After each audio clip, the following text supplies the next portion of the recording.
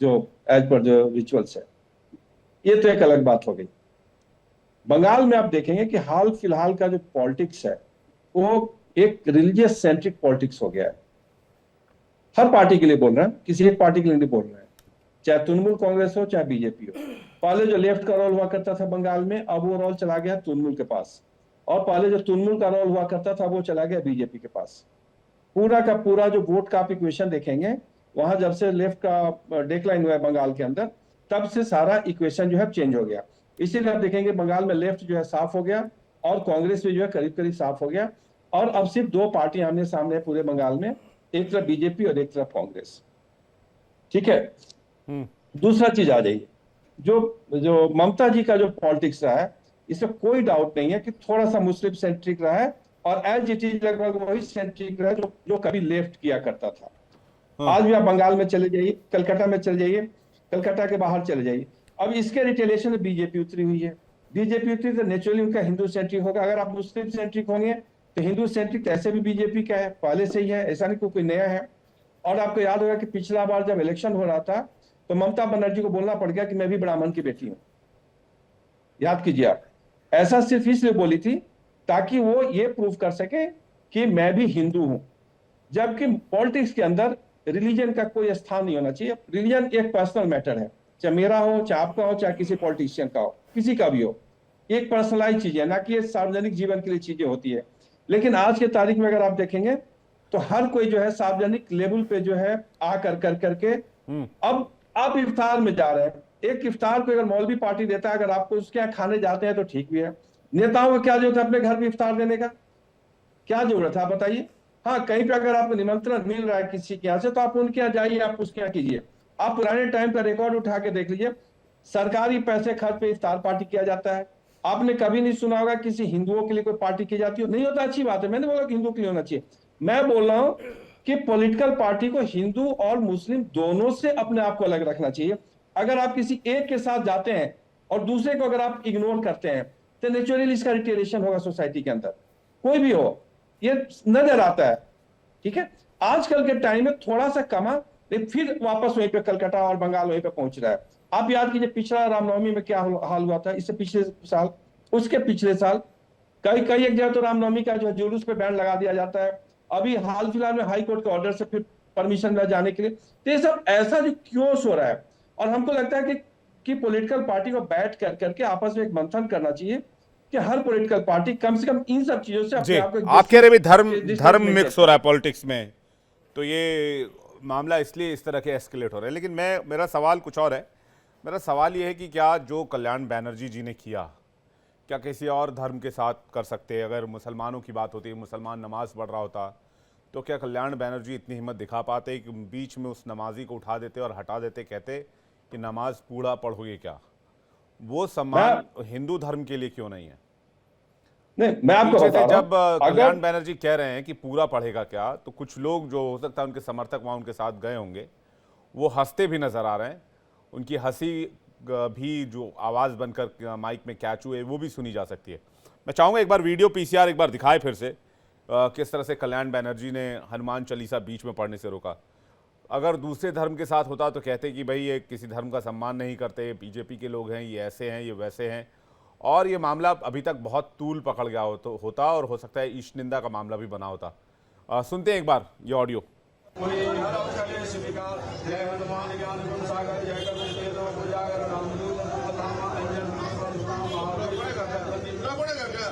पूरा पड़ेगा अभी पूरा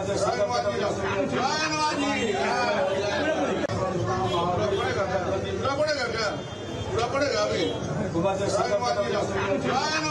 तो सीरियस कंसर्न है ये चुनावी हिंदू वाला फिर से सवाल उठता है। मैं सौरभ दुबे जी के पास जा रहा हूँ। सौरभ दुबे जी, क्या यही अगर किसी और रिलीजन को लेकर हुआ होता तो अभी बहुत तरह के सवाल उठाए जा रहे होते, लेकिन इसको ये जो तस्वीर सामने आई है इसे बहुत गंभीरता से नहीं लिया जा रहा, या फिर कह रहे हैं कैजुअल तरीके से अरे ऐसा तो होता है, हम सभी धर्मों का सम्मान करते हैं, हमने सभी धर्मों के लिए ऐसा किया वैसा किया, पश्चिम बंगाल में सब सर्वधर्म संभाव है एंड ऑल दैट। देखिए, मैं मानता हूं कि धर्म में राजनीति नहीं होनी चाहिए, लेकिन राजनीति में तो धर्म होना ही चाहिए। और देखिए, हम अगर सतयुग से बात कर लें, त्रेता युग, द्वापर युग, कलयुग, सतयुग में भी हमने देखा है कि तमाम जब सनातनी लोग, ऋषि मुनि जब तपस्या करते थे तो उसमें कुछ लोग विघ्न डालने आते थे। विघ्न डालते हुए हमने देखा है रावण को, मारीच को, शुभनका को, ताड़का को। तो रावण तो खुद ही भगवान शिव के बहुत बड़े पुजारी थे, बावजूद उसके जो है हम लोग उनको जो है विलेन की दृष्टि से देखते हैं। क्यों? क्योंकि वो अधर्मी थे। तो जो पश्चिम बंगाल का चरित्र है, जो नेताओं का चरित्र है, या कह लीजिए भारत की राजनीति में कुछ नेताओं का चरित्र है कि चुनाव आने पे जनेऊ डाल लेना, चुनाव आने पर मंदिर चले जाना, दिखावे के लिए पूजा पाठ करवाना, ये सनातनी नहीं कहलाते। ये वही लोग हैं जो कालनेमी, जो चोला बदल करके, चोला जैसे कालनेमी था ना, चोला अपना बदल लिया था, राम राम राम जप रहा था और मन के अंदर वही राक्षस प्रवृत्ति वाली बात थी। उसका उद्देश्य था कि जो है हनुमान जी को रोकना, भगवान राम के जो अच्छे कार्य हैं उनको रोकना। तो कुछ लोग आज राजनीति में जो उनका चरित्र है वो इसी प्रकार का है। मंदिर उनकी मजबूरी है। अभी जैसे मुझसे पहले एक राजनीतिक विश्लेषक बोल रहे थे, उन्होंने इस बात को ठीक बोला, बिल्कुल ठीक बोला कि मंदिर जाने की क्या जरूरत थी। हाँ बिल्कुल, अगर आप लोग जो है नास्तिक हैं, भगवान में आपकी आस्था नहीं है और भगवान के श्रद्धालुओं को परेशान करते हैं, हिंदुओं पर अत्याचार करते हैं, सनातनियों को जो है लगातार उनकी जो यात्राएं निकलती हैं, चाहे जिस प्रकार से हमने रामनवमी का देखा दृश्य, पहले दुर्गा अष्टमी पे हमने देखा पथराव होता है, एक विशेष वर्ग को तुष्टीकरण की चाशनी में उसको जो है उसकी चाय पिलाने के लिए लगातार पश्चिम बंगाल वो तुष्टीकरण की यूनिवर्सिटी बन चुका है। और मुझे बड़ा आश्चर्य होता है कि जब हिंदुओं के त्योहारों की बात आती है, हिंदुओं की श्रद्धा की कोई बात आती है, तब वहां पर सब लोग एक खड़े हो जाते हैं कि नहीं राजनीति में देखो कोई धर्म नहीं होना चाहिए। बिल्कुल होना चाहिए, क्यों नहीं होना चाहिए भाई? इस देश के अंदर 100 करोड़ हिंदू अगर रहते हैं तो आप उनकी आस्था से खिलवाड़ करेंगे, और 20 करोड़ जो मुसलमान रहते हैं, क्या उनकी तुष्टीकरण के लिए आप जो है वो इफ्तार भी करवाएंगे, आप उनके लिए जो विशेष प्रावधान भी रखेंगे और कहेंगे कि नहीं है जो है जब हिंदुओं की बारी आएगी तो कहेंगे नहीं नहीं वो धर्म के हिसाब से नहीं करना चाहिए। सम्मान मिल रहा है, इससे आपको क्या इतराज है? सवाल तो इस बात को लेकर कि भाई आप सनातन के नाम पर अगर सियासत कर रहे हैं, तो अगर किसी एक धर्म का सम्मान हो रहा है दूसरे धर्म का नहीं हो रहा है तो सवाल है, लेकिन अगर एक धर्म का सम्मान हो रहा है तो उससे शिकायत नहीं होनी चाहिए ना। आप कह रहे हैं भाई इफ्तार देने में क्या बुराई है? हमने तो कभी शिकायत नहीं की, हम तो कह रहे हैं मैं कह रहा हूं इफ्तार देने में क्या बुराई है? आज तक हमने कहा ही नहीं। आप बताइए, आज बताइए जब ईद मनाई जाती है, जब बकरीद मनाई जाती है, जब जो है इनकी मुहर्रम की यात्रा निकलती है, जुलूस निकलता है, किसी हिंदू ने कभी आपने सुना है या किसी हिंदू ने नेता ने कहा है कि नहीं ईद नहीं मनाने दिया जाएगा, बकरीद नहीं मनाने दिया जाएगा, इस देश के अंदर मुहर्रम की यात्रा नहीं निकालने दी जाएगी? संवैधानिक पोस्ट पर रहते हुए किसी ने नहीं कहा, पहली बात। लेकिन बंगाल की मुख्यमंत्री ममता बनर्जी ने स्पष्ट तौर पे कई बार मना किया कि दुर्गा अष्टमी पे दुर्गा जी की पूजा नहीं किया जाएगी। महाकुंभ जिसके अंदर 67 करोड़ लोग स्नान किए, 67 करोड़ लोग स्नान करते हैं महाकुंभ के अंदर, एक संवैधानिक पोस्ट पर बैठी हुई महिला जो पश्चिम बंगाल की मुख्यमंत्री है वो उसको मृत्यु कुंभ कहती है। आप लोग की हिम्मत कैसे होती है बताइए? महाकुंभ जैसे आस्था जो हमारी आस्था का केंद्र है उसको आप लोग मृत्यु कुंभ कहते हो और बेशर्मी से जो है आप बात करते हो। देखिए ये इस देश के अंदर जो प्रावधान चलता है कि मुस्लिम तुष्टीकरण के नाम पर जो मुस्लिम समाज है केवल उसकी भावनाओं को ध्यान रखना और हिंदुओं के साथ खिलवाड़ करना। ममता बनर्जी जो है वो जानती है उनका वोट बैंक जो है वो मुस्लिम है, तो मुस्लिमों को खुश करने के लिए लगातार जो यात्राएं रामनवमी पर जुलूस निकलता है उसमें पथराव किया जाता है, जो दुर्गा जी की प्रतिमा का विसर्जन होता है उसकी यात्राओं पर पथराव किया जाता है। एक करके लोग हिंसा फैलाने के लिए जो यात्राओं में घुस जाते हैं तलवारों के साथ, डंडों के साथ, बम के साथ, वो लोग उन लोगों का विरोध एक संवैधानिक पोस्ट पर बैठी हुई मुख्यमंत्री को करना चाहिए। लेकिन बड़े दुख की बात है कि वो उनके समर्थन में खड़ी हुई दिखाई देती हैं, वो उल्टा जो है वो जो हिंदू हैं उनकी आस्था के साथ खिलवाड़ करती हैं। अभी तो उन्होंने मना कर दिया था कि नहीं आप रामनवमी नहीं मना सकते। बताइए क्या कोई संवैधानिक पोस्ट पर बैठी हुई महिला मुख्यमंत्री उनको ये शोभा देता है? और क्या संविधान में जायज है कि जो आपके यहाँ की जो एक बड़ी समाज के लोग हैं उनके त्योहार को आप मना कर देंगे मनाने के लिए? फिर हाई कोर्ट को उसमें हस्तक्षेप करना पड़ता है और हाई कोर्ट जो है वो हमारे त्योहारों का सम्मान करते हुए, ठीक है, साबिर अली कुछ कह रहे हैं, सम्मान करते हुए हमें हमारा अधिकार देता है। सबसे पहली बात तो यहाँ पर रामनवमी में कोई रोक नहीं लगा, लेकिन उत्तर प्रदेश में नमाज में रोक लगा था। कब लगी है उत्तर नमाज प्रदेश पे में रोक? नमाज पढ़ने पे लोग लगा था। नमाज इस में पर कब लगी है बयान नहीं देंगे, इस पर तो बोलेंगे नहीं। उत्तर कब प्रदेश लगी है में नमाज पे रोक? भाई झूठ क्यों बोल रहा है? राष्ट्रीय टेलीविजन पे नमाज का समय बदला गया था, नमाज पे रोक कभी नहीं लगी। उत्तर प्रदेश के मुख्यमंत्री जितने हिंदुओं के हैं उतने मुसलमानों के हैं, वो मुसलमानों की आस्थाओं का भी सम्मान करते हैं। सिर्फ जो संबल था, संबल में व्यवस्था बदली गई इसलिए कि जो होली का त्योहार है उसमें मुस्लिम समाज ने आपत्ति जताई थी, तो अगर उनके ऊपर रंग चला जाएगा, उस समय जो है उनका रोजा चल रहा था, अगर रोजे के ऊपर पानी चला जाएगा, इस कारण से समय बदला गया। झूठ क्यों बोल रहा है भाई? राष्ट्रीय टेलीविजन पे झूठ क्यों बोल रहे हो? एक एक करके सौरभ जी, अरे उनको उनकी बात पूरी होनी दीजिए। यूनेस्को अवार्ड देता है, जिसको विदेश का यूनेस्को सम्मान दिया है कि Durga Puja is a cultural heritage of West Bengal, इसको यूनेस्को अवार्ड दिया। आप लोगों को तो आंख में खटकेगी, कभी आकर देखिए कानून दुर्गा पूजा का। अरे दुर्गा पूजा से आप लोग कुछ सीखिए कि किस तरीके से बंगाल में मनाया जाता है। अरे हमें मत सिखाइए भाई साहब, हमने देखा है आप क्या करते हैं। ये मृत्यु कुंभ क्यों कहा गया था? मृत्यु कुंभ किसने कहा था? सांप्रदायिक का मृत्यु कुंभ किसने कहा था? पहले तो आप माफी मांगिए। अच्छा है आप टेलीविजन पर पकड़े गए टीएमसी के नेता, मैं तो कहूंगा पहले माफी मांगिए आप मृत्यु कुंभ कहने के लिए। हिंदुओं की भावनाओं के साथ खिलवाड़ करने के लिए। अरे भाई साहब एक करके नहीं, इन्होंने हमारी आस्था के साथ खिलवाड़ किया था, आज ये पकड़ में आए, इनको पहले बात आज हनुमान चालीसा की हो रही है ना, 26 उसी का अगला क्रम है ना, पहले उसके लिए तो माफी मांगे। और जिस प्रकार से इनको ये नहीं पता कि हनुमान चालीसा का पाठ हो रहा है, अरे भाई अगर वहां श्री गुरु चरण सरोज रज निज मन मुकुर सुधार बरनऊ रघुवर विमल जो दायक फलचार, ये पूरी हनुमान चालीसा हम जब बैठते हैं तो पढ़ के उठते हैं। और कोई मंदिर में श्रद्धा से अगर हनुमान चालीसा पढ़ रहा है तो आप उसका प्रयास कर रहे हैं। किसका प्रयास कर रहे हैं? आप सनातन का प्रयास कर रहे थे, आप हिंदुओं की आस्था का प्रयास कर रहे थे। हिम्मत कैसे हुई उनकी? नहीं, मंदिर में अगर कोई हनुमान चालीसा पढ़ रहा है, आप प्रयास कर रहे हैं उनका कि पूरा पढ़ोगे? ये कोई मजाक चल रहा है? आप जाइए, आपकी हिम्मत है तो किसी को नमाज पढ़ते हुए उठा दीजिए तो मान जाऊं मैं। अगर कोई नमाज पढ़ रहा हो, अगर इतना ही दम है आपके नेता के अंदर, बनर्जी साहब बोलिए जाकर के पीठ से उठा दे उनको। मैं आपकी राजनीतिक पोल खोलता हूँ। आप लोग हिंदुओं के सम्मान के साथ खेलते हैं, हिंदुओं की भावनाओं के साथ खिलवाड़ करते हैं। इस बार जनता आपको सबक सिखाएगी साबिर अली जी, इस बार जनता आपको सबक सिखाएगी। बंगाल की जनता, जो वहाँ की जनता है, उसका अपने लोगों ने अपमान किया है, हनुमान चालीसा का अपमान किया है, हनुमान भक्तों का अपमान किया है, और कहीं ना कहीं आप पूरे हिंदू समाज जो भारत में रह रहा है उसका अपमान किया है, और इस अपमान का बदला आपसे इस चुनाव में जनता लेगी। आपको माफी मांगनी चाहिए। ठीक है, एक सेकंड, क्या कल्याण बैनर्जी को इसके लिए माफी मांगनी चाहिए? ये पॉइंट आपने उठाया। साबिर अली जी, किसी दूसरे धर्म के रिचुअल में ऐसा हुआ होता तो आप लोग ही बोल रहे होते, मतलब इनफैक्ट टीएमसी ही बोल रही थी। साबिर अली जी, क्या कल्याण बैनर्जी जी को इसके लिए माफी मांगनी चाहिए जो हनुमान चालीसा बीच में उन्होंने रुकवाया उसके लिए? कल्याण दा कल पूरे अपना कॉन्स्टिट्यूंसी एमपी है, कॉन्स्टिट्यूंसी का हर मंदिर में जहां पर उनका न्योता आया गया, बहुत सारे मंदिरों में पूजा अर्चना करना है, और लाइन से उस जगह में मंदिर है, बहुत सारे मंदिरों में पूजा अर्चना है, उसलिए प्रोग्राम अटेंड करते हैं एक मंदिर के बाद दूसरा। अरे तो आप करो ना अटेंड भैया, दूसरे को हनुमान चालीसा पढ़ते क्यों रोक रहे हो? आप करो अटेंड। अरे कह रहे हैं उनके पास समय की कमी थी।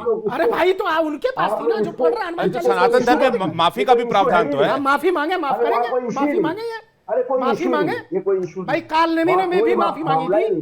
काल नेमी का भी चरित्र था। ठीक है, माधवी जी के पास आ रहा हूं, एक एक करके। काल नेमी को अरे एक एक करके भाई साहब, सौरभ जी भारतीय जनता पार्टी को, भारतीय जनता पार्टी माफी मांगी, माफी सब आए हिंदू, कोई हिंदू समाज की कोई तकलीफ नहीं, सिर्फ आप पर तकलीफ बीजेपी को है। सिर्फ तकलीफ बीजेपी को? एक सेकंड, माधवी जी कह रहे हैं तकलीफ सिर्फ बीजेपी को है, और चूंकि कल्याण दा के पास टाइम नहीं था, उनको बहुत मंदिरों का भ्रमण करना था कल रामनवमी के दिन, तो इसलिए उन्होंने समय से पाबंदियां थी, उनके पास समय सीमित था, इसलिए उन्होंने ये कदम उठाया। तो विवेक जी, फिर साबित होता है ना कि उनको तो सिर्फ राजनीति करने के लिए कैमरा लेकर घूम रहे थे, उनको तो पूजा नहीं करनी थी, उनको प्रार्थना नहीं करनी थी, उनको भगवान का सम्मान नहीं करना था, उनको केवल कैमरा लेकर घुमाना था। लेकिन अनफॉर्चुनेटली जो उनकी आंतरिक स्थिति है, जो उनकी सोच है सनातन के लिए, धर्म के लिए, हिंदू के लिए, वो सामने, क्योंकि उन्होंने जिस तरीके से बात किया, उनको यही कि कैमरा लेके घूमना था कि देखो मैं एक मंदिर में जा के मैं सबसे बड़ा सनातनी हूँ, जैसे कि इनके अलायंस पार्टी के राष्ट्रधारी बन जाते हैं, जैसे लोग टाइम टाइम पर मंदिर पहुंच जाते हैं, वो साबित करना चाहते थे कि देखो मोदी मैं जी कितनी क्या कर रहे हैं, घूम कैमरा रहा हूँ लेके नहीं घूम रहे, लेकर विश्व कहीं विश्व पूजा कैमरा लेके पाठ, घूमते हैं। कहीं सनातन धर्म से उनकी जो जो एक मानसिक जो स्थिति है वो सनातनी टाइप की नहीं है, इसीलिए उनको ऐसा लगा कि भाई मुझे कैमरा लेके मंदिरों में घुसना है, लोगों को बताना है कि मैं कितना धार्मिक हूँ, कितना हिंदुत्ववादी हूँ, कितना सनातनी हूँ। लेकिन जब पंडित आपके सामने पूजा अर्चना करेंगे तो आप पंडित को तू तड़ाक करके बात करेंगे, वहीं पे पूजा रुकवा देंगे। तो ये जो सोच है ये बताती है कि केवल चुनावी हिंदू हैं, इनको कैमरा लेकर लोगों को ये प्रदर्शित करना था कि भाई देखो मैं कितना धार्मिक। हम लोग टीएमसी वाले लोग हैं, जैसे ममता बनर्जी ने पूजा कमेटियों को फंड देकर जो है ये बताना चाहा कि नहीं मैंने विसर्जन इसलिए नहीं रुकवाया था, मैं तो अपीजमेंट की राजनीति भले ही करती हूँ लेकिन फिर भी सब लोगों को संतुष्ट करने की कोशिश करूंगी, क्योंकि मुझे मेरे ऊपर जब सवाल मुझे आज भी याद है और वैसे भी जब केंद्र में राम मंदिर का जनता पार्टी इनोग्रेशन के हुआ आने था तो नरेंद्र मोदी जी राम के मंदिर बाद के में अंदर अकेला कैमरा लगातार लेके ही देखिए थे। लगातार देखिए कि ममता बनर्जी ने क्या क्या बोला है। आज भी मोदी जी जहाँ जाते हैं तो कैमरा के साथ ही जाते हैं। तो बीजेपी के धर्म को गंदा आगे से धर्म फोटो सही बोला। नहीं आया तो पीछे से ले लो, इन्होंने यहाँ बाएं तक से बोला नहीं कि आया तो वक्फ दाएं बोर्ड से ले बना लो। हुआ है, जैसे ही सरकार बनेगी वैसे ही वक्फ बोर्ड को हम लोग पश्चिम बंगाल में आने नहीं देंगे। एनआरसी हो, सीए हो, किसी भी कानून को ये अपने राज्य में लागू नहीं होने देना चाहती है। हाँ, गलत कानून आएगा तो हम लोग लागू होने क्यों देंगे? है कि भाई ये जो है कानून जो आप लोग बना है विभाजन उसे की राजनीति करेंगे, उसको हम लोग बंगाल बंगाल में में होने कहीं देंगे। से भी नहीं लागू किया जाएगा। तो ये इनकी सोच है, इनकी जो लड़ाई है भाजपा से है, और ये केवल सनातनी बनने का जो इनका नाटक है वो इसलिए क्योंकि ये अपीजमेंट की राजनीति में इतनी बदनाम हो चुकी है पूरे बंगाल और देश भर में कि अब ये अपने आप को बताना चाहते हैं कि भाई हम लोग भी राम की पूजा कर सकते हैं, हम भी जुलूस निकाल सकते हैं। लेकिन एक्चुअल में ये जो इनकी जो सोच है वो केवल इतनी ही है कि यहाँ वो किसी भी तरीके से अपनी जो वोट बैंक है उनको संतुष्ट करने के लिए वो जो कुछ भी कर सकती है, चाहे उनको राम जुलूस को, रामनवमी को दंगे के साथ जोड़ के बोलना पड़े, चाहे माधवी उनको जी, ये आपको अल्लाह की कसम इन लोग आपको भड़काएंगे लेकिन आप भड़कना मत। ये तो ममता बनर्जी ने बोला था, भाई क्यों भड़काएंगे हम, और आप रास्ते में बाइक चलाएंगे, सारे कानून को तोड़कर घसीट घसीट के बाइक चलाएंगे, उसमें से स्पार्क निकाल के, तब यहाँ कुछ दंगा नहीं होता। जब चुनाव जीतने के बाद आप राइफल उठा के हवा में फायरिंग करते हुए, नाचते हुए चलते हैं और एक एक बीजेपी के टारगेट करते हो, बीजेपी के दुकानों में तोड़फोड़ करते हैं, तब तो आप लोगों को दंगा नजर नहीं आता। लेकिन राम का जुलूस निकल जाएगा या विजयदशमी का जुलूस निकल जाएगा तो दंगा लग जाएगा पश्चिम बंगाल में। ये ममता बनर्जी का कहना है, इसीलिए ये कैमरा लेकर इनके जो नेता हैं वो घूम रहे हैं कि देखो हम कितने मंदिर में जाके विजिट कर रहे हैं, पूजा नहीं कर रहे हैं, विजिट कर रहे हैं केवल। साबिर अली जी, उनका नेता शुभेंदु बाबू कल क्या कर रहे थे तब कैमरा लेके? उनका नेता सुकुमार बाबू क्या कर रहे थे कल कैमरा लेके? क्या वो मंदिर नहीं घूम रहे थे? तो उनका अरे भाई भारत, उनके प्राइम मिनिस्टर मोदी जी जब जाते हैं तो क्या कैमरा लेके नहीं जाते? सिर्फ बेबुनियाद बात, ना कोई बात का माने है ना कोई मतलब है, सिर्फ झूठ बात आप लोग टीवी के सामने करते हैं। अरे क्या झूठ बात आप लोग टीवी के सामने कर रहे हैं? ममता बनर्जी आप लोग समीकरण, आप लोग किसने, देखिए बंगाल में आप लोग विभाजन की राजनीति करना चाहते हैं, विभाजन की राजनीति हम लोग बंगाल में होनी नहीं देंगे। आप लोग सांप्रदायिकता फैलाना चाहते हैं, सांप्रदायिकता आप लोग फैलाने नहीं देंगे। बंगाल में आज तक कोई डिस्टर्बेंस नहीं है, जब से आप लोगों का एक कदम बंगाल का धरती पे गिरा है, सिर्फ सांप्रदायिक तनाव, सिर्फ सांप्रदायिक बातें, सिर्फ नफरत फैलाना। इनका एमएलए शुभेंदु अधिकारी, लीडर ऑफ ऑपोजिशन, कहता है on record on TV channel में कि बंगाल में मुझे मुसलमानों की वोट की जरूरत नहीं, मैं मुसलमानों का काम नहीं करूंगा। एक एक करके सर, एक एक करके माधवी जी, एक एक करके माधवी जी, एक एक करके किया। वो जो भी केंद्र से जो योजनाएं आती है या कोई कानून लागू होता है उसका बहिष्कार करती है। तो ममता बनर्जी की जो सोच है वो पश्चिम बंगाल की अपने आप को मुख्यमंत्री नहीं प्रधानमंत्री मानती हैं, और यही कारण है कि बार बार भारतीय जनता पार्टी को उनको आकर उनको आईना दिखाना पड़ता है, क्योंकि जरूरी है भाई, आप एक देश के अभिन्न राज्य की मुख्यमंत्री हैं, आप किसी राज्य की मुख्यमंत्री होते हुए प्रधानमंत्री की तरह प्रेजेंट नहीं कर सकते। इसीलिए जरूरी है कि आप अपने दायरे में रहें, दूसरों के संवैधानिक अधिकार जो धर्म पालन से लेके वोटिंग देने से लेके वोट देने से लेके, आप लोग जी ठीक है, एक एक करके साबिर अली जी ने कहा कि भाई,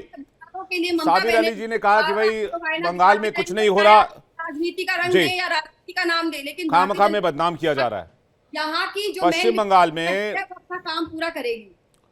सर मैं आपको बताता हूं, 9 मार्च को बरुईपुर में दक्षिण 24 परगना में शीतला माता मंदिर पर हमला हुआ। बरुईपुर में दक्षिण 24 परगना में 7 मार्च को राधा कृष्ण मंदिर पर हमला हुआ। काली मंदिर बशीरहाट उत्तर 24 परगना में 9 मार्च को हमला हुआ। हनुमान मंदिर नंदीग्राम पूर्वी मेदिनीपुर में 13 मार्च को हमला हुआ। मां चंडी का पूजा पंडाल दक्षिण बरबरिया गांव पूर्वी मेदिनीपुर में 29 मार्च को हमला हुआ। शीतला माता मंदिर केशवपुर गांव में दक्षिण दिनाजपुर में 30 मार्च को हमला हुआ। राधा कृष्ण पंडाल में तुमलुक में पूर्व मेदिनीपुर में 22 मार्च को हमला हुआ। चर्च तोड़ा गया। नहीं, मैं तो बता रहा हूं कि 8, 7, 8 मंदिर जो है वो लाइन से, सिर्फ मार्च के इंसिडेंट में आपको बता रहा हूं। आपके सिर हिलाने से सच्चाई ये मामले जो रिपोर्ट हुए वो तो बंद होंगे नहीं। मैं कह रहा हूं सांसद हनुमान चालीसा का सम्मान नहीं कर रहे, पश्चिम बंगाल सरकार के राज में हिंदू मंदिरों पर हमले बढ़ रहे हैं, तो सवाल तो उठेंगे ना साबिर भाई।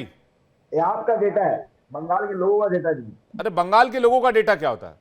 ये हमले रिपोर्ट हुए हैं पुलिस में। बंगाल में ऐसा कुछ नहीं है, हम तो बता रहे आपको। आपके कहने से मैं कैसे मान लूं कुछ नहीं है? मैं मीडिया रिपोर्ट्स और पुलिस रिपोर्ट पर बिलीव करूंगा कि आपकी बात पे बिलीव करूंगा? फिजा को खराब करने की कोशिश राजनीति चल रहा है यहाँ, विभाजन की राजनीति करने की कोशिश कर, मैं तो बता रहा हूँ आपको। यहाँ पर ही भारतीय जनता पार्टी वाला मामला हुआ तो ईडी की टीम पर किस तरीके से लोगों ने हमला किया, सब लोगों ने देखा, सुन लीजिए, सब लोगों ने देखा। ममता बनर्जी भ्रष्टाचारियों को बचाने के लिए बहुत जाती थी, अगर एक दोस्त हिंदू हुआ और एक दोस्त मुसलमान हुआ, जब सुप्रीम कोर्ट का वर्डिक्ट आ गया, अगर दोनों में लड़ाई हो जाता है तो उन लोग जो इन लोगों ने टीचर भर्ती में जो घोटाला किया है,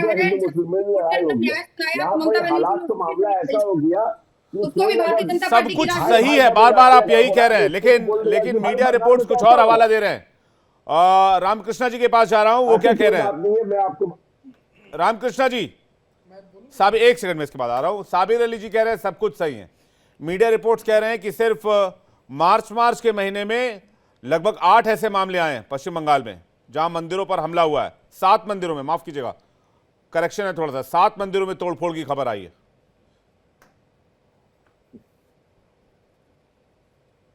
एक और माइक चेक कीजिएगा अपना प्लीज। अब आवाज आ रही है? जी आ रही है, बताएं। यार साबिर अली जी तो कभी भी नहीं मानेंगे कि उनके यहाँ किसी मंदिर पे अटैक हो रहा है, कुछ हो रहा है। लेकिन ये बात फैक्ट है कि आप कलकत्ता से अगर बाहर निकलेंगे तो वहां पे थोड़ी सी उतनी अच्छी हालत नहीं है, खास करके जो एक पर्टिकुलर समुदाय, हम नाम नहीं लेना चाहेंगे मतलब किसी पब्लिक प्लेटफॉर्म पे, अगर विशेष का लोग रहता है तो दूसरे समुदाय को प्रॉब्लम हो रही है, और वो हो रही है यहाँ पे कहीं ना कहीं उस इशू को एड्रेस करने में टीएमसी जो है फेलियर है। और टीएमसी को चाहिए कि एकदम निष्पक्ष भावना से होकर के, चाहे कोई भी समुदाय के लोग हो, अगर कोई गलत कर रहा है, कोई भी हो, चाहे हिंदू हो, मुसलमान हो, कोई भी हो, उसको जो है एक्शन लेना, जो भी आज पर रूल जो बनता है, और स्ट्रिक्ट एक्शन लेना। देखिए बंगाल में दंगा फसाद या जो टेम्पल को तोड़ने की जो बातें हैं, ये कोई नया नहीं है, ये पुराना है, ये बहुत पहले से चला रहा है और आजादी के टाइम से चला रहा है। याद कीजिए 1947 में भी महात्मा गांधी को बंगाल में रुकना पड़ा था, इतनी कस करके जो है पार्टीशन को लेकर के जो दंगा हो गया था। तो नया चीज नहीं है, लेकिन अगर पॉलिटिकल पार्टी अगर स्ट्रिक्ट हो तभी हम इन सब चीजों को रोक सकते हैं। अगर पॉलिटिकल पार्टी किसी एक समुदाय विशेष का जब अगर सपोर्ट करता है, इसके कारण किसी भी स्टेट में जो है ये दंगा फसाद जो है बढ़ जाता है। तो ये जो बोल मंदिर जो तोड़ा जा रहा है, जाकर के साथ नहीं और भी ज्यादा टूटा होगा, आपका रिपोर्टिंग कम हो रही है। हमको लगता है कि कहीं ना कहीं ये बंगाल गवर्नमेंट की जो है ये कमी है, ये इसको दूर करना चाहिए। और गांव का दूर कर छोड़िए, इवन आसनसोल में भी प्रॉब्लम हो जाता है रामनवमी सब के दिन में, तो ऐसा क्यों हो रहा है? और मान लीजिए मंत्री जी गए थे पूजा करके चले जाते, ठीक है, बहुत सारा पंडाल में जाना था, उनको बोलने की जरूरत नहीं थी पूरा पढ़ाओगे क्या, ठीक है, पंडित जी अपना हनुमान चालीसा पढ़ रहे हैं, उनको पढ़ने के लिए छोड़ देते, अपने चले जाते, ठीक है, मंदिर में उनको बहुत सारा पंडाल में जाना पड़ता है। लेकिन एक बात भी फैक्ट है कि अगर किसी के टाइम में अगर रमजान के दिन में चले जाते और रोजा टूट रहा होता, तब शायद वहां से हिल नहीं पाते ये, तो उनको बैठ कर पूरा रोजा तोड़वा करके, छुहाड़ा खा करके रमजान खत्म करवा के फिर यहाँ से आना पड़ता। ये भी बात तय है। लेकिन हम ये बोलेंगे कि फिर एक बात हम रिपीट करेंगे कि ममता दीदी को चाहिए कि बंगाल में, देखिए ममता दीदी पर्सनली ईमानदार तो हैं, इसमें कोई डाउट नहीं है, लेकिन पार्टी लेवल पे कहीं ना कहीं ठीक नहीं चल रहा है। जो नीचे का जो कार्यकर्ता है, आप जा करके देखिए, वहां बहुत सारी समस्याएं लोकल लेवल पे जो टीएमसी कार्यकर्ता है वो लोग क्रिएट किए हुए, जिससे आम आदमी जो है परेशान है। और तरह तरह का जो टैक्स की बात जो इलेक्शन के टाइम में उठता है वो अभी भी है। और वहां पे आप जाकर देखेंगे किसी पर्टिकुलर ग्रुप को, खासकर कलकत्ता से बाहर जाकर के देखिए क्या हाल हो रहा है। तो इसीलिए बीजेपी को, जब बीजेपी अगर डिफेंड नहीं करता है तो फिर बीजेपी खत्म हो जाएगी बंगाल के अंदर। तो बीजेपी को भी डिफेंड करना अपने वोट बैंक को, और इसके चक्कर में रिटेलिएशन जो ज्यादा बढ़ रही है। ठीक है, वापस लौट रहे आपका सौरभ दुबे जी, कुछ कहना चाह रहे हैं सौरभ दुबे जी। देखिए, हनुमान चालीसा में एक पंक्ति है कि होत न आज्ञा बिनु पैसारे। हनुमान जी की आज्ञा के बिना कुछ होता नहीं है। और दूसरी पंक्ति है कि भूत पिशाच निकट नहीं आवे, महावीर जब नाम सुनावे। तो जिसके मन में कपट है, जिसके मन में छल है, अगर उसके सामने हनुमान चालीसा हो रही है तो वो तो ऐसे ही भाग जाएगा, नहीं सुन पाएगा। जो सनातनी है नहीं, वो पूरी हनुमान चालीसा सुन नहीं सकता है, मैं दावे के साथ आपको कह रहा हूँ, क्योंकि उसमें स्पष्ट तौर पे जो है उसको ऐसी शक्तियां सामने की कमी गिना रहे हैं आप, पता नहीं वो क्या तो मजबूरी है, टीएमसी के कार्यकर्ता हैं, वो क्या बोलेंगे? उनको बता के गए थे क्या वो? उनको बता के गए क्या?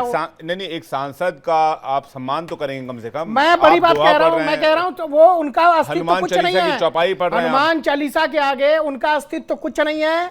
वो गैर सनातनी लोग हैं, हिंदू विरोधी लोग हैं, और ऐसी मानसिकता के लोग हैं तो जो दिखावे के लिए मंदिर जा रहे हैं। और मैं तो कहता हूँ मुसलमानों का भी तुष्टिकरण ही करते हैं, सशक्तिकरण कभी नहीं किया, अपीजमेंट करते हैं, एम्पावरमेंट नहीं किया। और गैर सनातनी का सर्टिफिकेट देने वाले आप कौन? बिल्कुल, मैं दे रहा हूँ। किस बात पर? मैं इस बात से दे रहा हूँ, जो व्यक्ति, बिल्कुल जो व्यक्ति हनुमान चालीसा का अरे भाई, कोई हिंदू है नहीं है, नहीं हम नहीं मानते, हम माने ना माने इससे फर्क नहीं है। हिंदू है लेकिन सनातनी नहीं है। कोई भी सनातनी व्यक्ति, सुनिए, कोई भी सनातनी व्यक्ति, साबिर अली जी एक सेकंड अरे मैं अभी हनुमान चालीसा पढ़ूंगा, ये भी भाग जाएंगे, ये भी छू मंतर गायब हो जाएंगे। ये हनुमान चालीसा में इतनी शक्ति है कि अगर मैं पाठ कर दूं तो ये साबिर अली ऐसे छू हो जाएंगे, गायब हो जाएंगे, पता नहीं चलेगा कहां चलेंगे। ये हमारी सनातनी ताकत है, ये हनुमान चालीसा की ताकत है। उसके मंत्र के सामने जब शुरू होता है ना, तो भूत प्रेत ऐसे भागने लगते हैं, जो राक्षस प्रवृत्ति के लोग होते हैं भाग जाते हैं। तो मैं कह रहा हूँ हिंदू हो सकते हैं, सनातनी नहीं हो सकते। ये कैसे कह दिया कि वो सनातनी नहीं है? मैं इसलिए नहीं है, कल्याण बनर्जी इसलिए नहीं है क्योंकि हमारे हिंदू संस्कृति और क्या आप ये तय करेंगे कौन सनातनी कौन सनातनी नहीं? मैं तो देखिए सिर्फ ये कह सकता हूँ, मेरी वजह, मेरी तरफ से ना, मैं उनको कोई सर्टिफिकेट नहीं दे रहा हूँ। आप देना चाहिए आप दे सकते हैं, आपके लिए वो सनातनी हो सकते हैं। भाई आपके सामने कोई हनुमान चालीसा का पाठ पढ़े, एंकर साहब मना कर दे पाठ पढ़ने से, तो आप उसको सनातनी मानिए। मैं तो नहीं मानूंगा, क्योंकि मैं हिंदू हूं और मैं सनातनी हूं। अगर कोई भगवान राम का अपमान करेगा, अगर कोई हनुमान जी का अपमान करेगा, कोई माँ दुर्गा का अपमान करेगा, तो मेरे लिए सनातनी नहीं। गला फाड़ने से कुछ नहीं होगा। नहीं, मैं गला नहीं फाड़ रहा, मैं तो बता रहा हूँ आपको। नीतीश कुमार जी ने राष्ट्रगान बीच में रुकवा दिया, आप लोगों को आपत्ति तो नहीं हुई? नीतीश कुमार, आप लोगों ने इतना शोर तो नहीं मचाया? कब रुकवाया था नीतीश कुमार जी ने राष्ट्रगान? राष्ट्रगान बीच में रुकवा कर उन्होंने अभी जो वीडियो सामने आया था वो देखा नहीं था आपने? राष्ट्रगान नहीं रुकवाया था, राष्ट्रगान चल रहा था।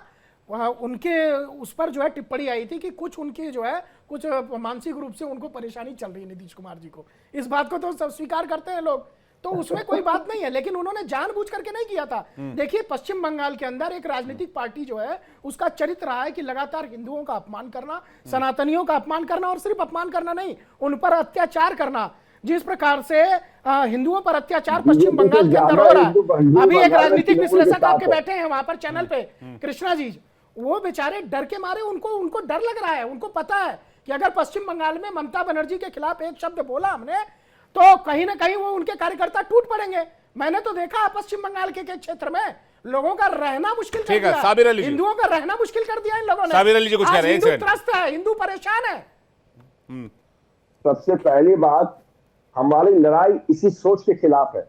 जो प्रवक्ता साहब जी बोले उसी सोच के खिलाफ हमारी लड़ाई है। जो डिसीजन, हम कौन होते हैं कि आप क्या पहनिएगा, आप क्या खाइएगा, आप क्या सोचिएगा, एक कट्टरपंथ के खिलाफ हमारे ममता बनर्जी लड़ रहे। इन लोग जो धर्म का सर्टिफिकेट देते फिर है, मैं डिसाइड करूंगा कि तुम हिंदू हो कि नहीं हो, मैं डिसाइड करूंगा। आप तो ऐसे भी नहीं डिसाइड कर सकते भैया, खिलाफ हमारी लड़ाई। आप तो ऐसे भी नहीं डिसाइड कर सकते। आप ये तय करिए कौन मुसलमान है, नहीं आप अपना तय करिए, आप डिसाइड मत करिए। हमारे परिवार में संस्कार दिए जाते हैं, अगर हमारे परिवार में संस्कार के खिलाफ हम जाते हैं तो हमारे पिताजी हमें डांटते हैं, कहते हैं इस तरह का कृत्य कर रहे हो, तुम क्या हिंदू हो, सनातनी हो? अगर मैं सुबह उठ के पूजा पाठ नहीं कर सकता, अगर मैं भगवान का अपमान कर रहा हूँ, मंदिरों का अपमान कर रहा हूँ, तो मैं सनातनी नहीं हो सकता। माफ करिएगा, ये मेरी अंतरात्मा कह रही है। सर्टिफिकेट की जरूरत नहीं है, सर्टिफिकेट की जरूरत नहीं है। आप कैमरा लेके घूमते रहिए, जनता आपको जो है इस बार बाहर कर देगी बंगाल से। बंगाल में, कलकत्ता शहर में दुर्गा पूजा, चेतना अग्रवानी, आप नाम सुन लीजिए, मंत्री फिराद आपका हकीम शहर कहाँ से हो दुर्गा गया? पूजा को ऑर्गेनाइज करते हैं। बंगालियों का समझे? शहर हो, आपका लेकिन शहर कहाँ हो आप गया? डिसाइड नहीं कर सकते कि अरे कौन हम हिंदू है, डिसाइड कौन मुसलमान करेंगे, है, कौन क्रिश्चियन है। करेंगे। आप सर्टिफिकेट देना बंद करिए। देखिए हमारे करेंगे, बंगाल अगर की हमारी ममता हनुमान चालीसा बनर्जी का अपमान के होगा, राज में भगवान राम का हिंदू, अपमान होगा तो हम मुस्लिम, करेंगे, सिख, ईसाई निश्चित तौर पे सब है। आप तो यही हमारा चाहते हैं हम लोग शांत कल्चर बैठ जाएं। हिंदू, मुस्लिम, आप तो यही हमारा चाहते हैं। लास्ट में साबिर जी एक सेकंड में आ रहा हूं, एक सेकंड में आ रहा हूं मोरा एक ही दिन से जुटी जी। कुछ आपने सारी बातें तो कहीं घुमा फिरा के, है। साबिर अली जी एक सेकंड, साबिर अली जी, सौरभ जी आपने सारी बातें कही, ऐसा कहा वैसा कहा, सनातन वनातन एक चौपाई भी सुना दी, सनातन वनातन भूत देखिए, आप भूत भी पिशाच अपमान कर रहे निकट, हैं, आप भी इन चीजों से बचिए भूत कहीं ना पिशाच कहीं। निकट नहीं आवे, महावीर महावीर जब सनातन नाम वनातन सुनावे। मत करिए, आप राष्ट्रीय आपने टेलीविजन पूरी पे कहानी सुनिए ना, वरिष्ठ पत्रकार हैं, आपने सम्मान पूरी करता हूं कहानी आपका। सुनाई, सुन लीजिए मेरी बात, आप मुझे डिविएट कर रहे हैं, फिर आप बोलिएगा कि मैं बोलता हूं, मैं कुछ बोलूंगा तो। आपने लास्ट में कहा कि इस बार आपका बंगाल से सफाया हो जाएगा, तो मतलब सनातन और धर्म आपके लिए राजनीतिक एजेंडा है? देखिए मैं किसी राजनीतिक पार्टी का प्रवक्ता नहीं हूं, पहली बात। नहीं तो आपने दूसरी बात- लास्ट लाइन ये क्यों नहीं, कही कि मैं इनकी इसलिए सरकार कह रहा चली हूं- मैं जाएगी? इसलिए कह रहा हूं, सुन लीजिए। मंशा आपकी यही है?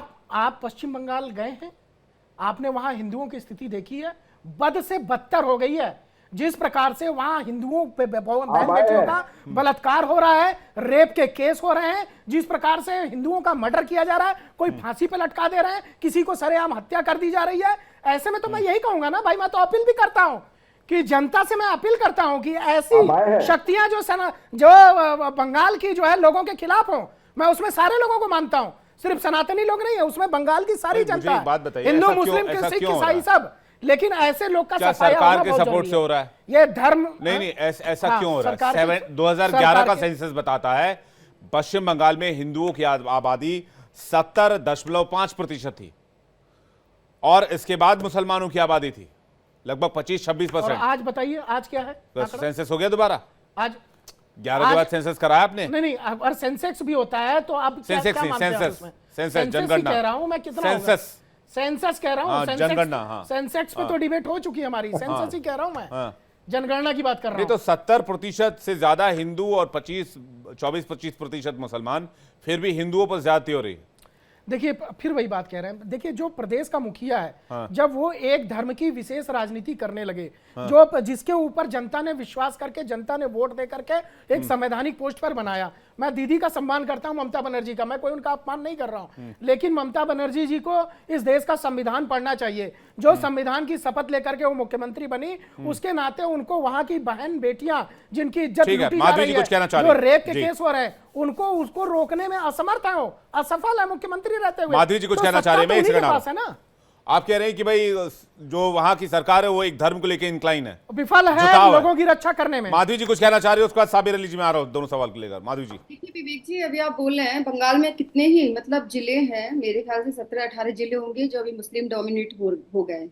मुर्शिदाबाद जैसे जिले को आप देखिए कि वहाँ किस तरीके से जो अल्पसंख्यकों की आबादी बढ़ रही है। दूसरी बात आपने कहा अभी कि ये सम्मान इनका करना चाहिए, सांसद हैं, ये वो व्यक्ति हैं कल्याण बनर्जी जो संसद में जो हमारे उपराष्ट्रपति हैं उनकी मिमिक्री खुलेआम करते हैं और बेहुदे तरीके से जो है उसका प्रदर्शन करते हैं।